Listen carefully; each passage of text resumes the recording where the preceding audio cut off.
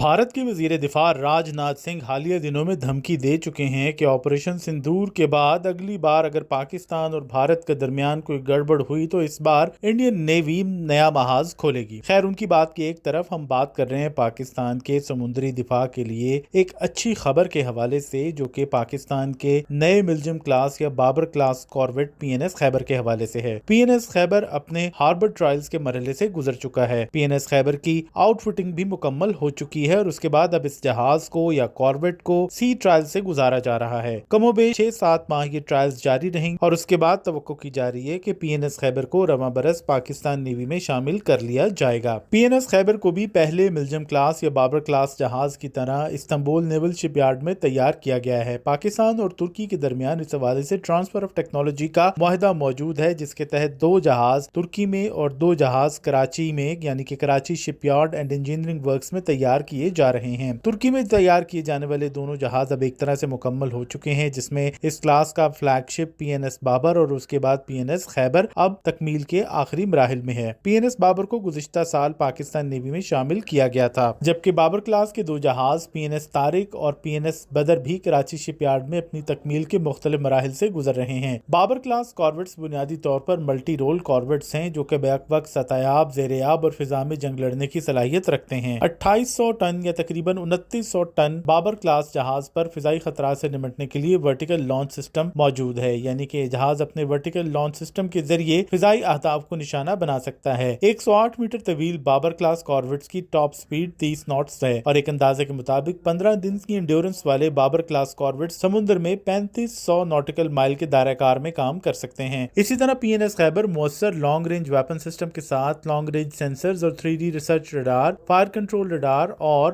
ہل mounted sonar سے لیس ہے۔ اپنی خصوصی ڈیزائن اور استعمال کیے جانے والے مٹیریلز کی بدولت بابر کلاس کے تمام کارویٹس کیمیکل، بایولوجیکل، ریڈیشن اور نیوکلیئر اٹیکس کو بھی برداشت کرنے کی صلاحیت رکھتے ہیں۔